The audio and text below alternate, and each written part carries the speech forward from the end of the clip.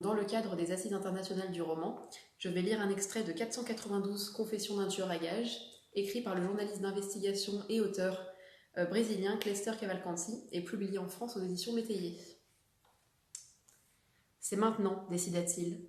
Julio se courba et, en se cachant derrière des troncs souvent larges de plus de 2 mètres, fit une douzaine de pas en direction de la berge. Comme quand il se préparait à tuer un paca ou un chevreuil, il mit le genou gauche à terre et plaça le coude droit en appui sur sa cuisse opposée. Il ferma l'œil gauche, visa le cœur du pêcheur assis dans sa pirogue, droit devant lui. Il demanda pardon à Dieu avant même d'actionner la détente. À cette distance, pas plus de 40 mètres, il savait qu'il ne le manquerait pas. Il était tellement concentré et nerveux qu'il n'entendit pas la détonation. Il vit juste sa victime porter les mains à sa poitrine et s'écrouler lentement, avec un regard épouvanté, au fond de sa pirogue en bois. Il éprouva quelque chose qu'il n'oublierait jamais, une étrange sensation de pouvoir. Il avait réussi à surmonter ses peurs et fait ce qu'il devait faire.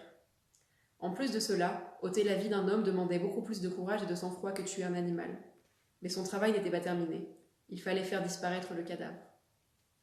Il enroula sa chemise autour du canon de la carabine et laissa l'arme debout au pied du noyer contre lequel il s'était adossé. Il retira son pantalon et entra dans le fleuve, son couteau entre les dents. Excellent nageur, il n'eut aucun mal à atteindre le bateau d'Amarello. Il appuya le bras sur le plat-bord et vit le corps du pêcheur. Ses yeux étaient encore couverts, sa poitrine inondée de sang. Julio secoua la pirogue 1 fois, 2 fois, 3 fois, pour prendre son élan et monta à bord. Il sentit un frisson lui traverser le dos quand son ventre frôla le visage de mort.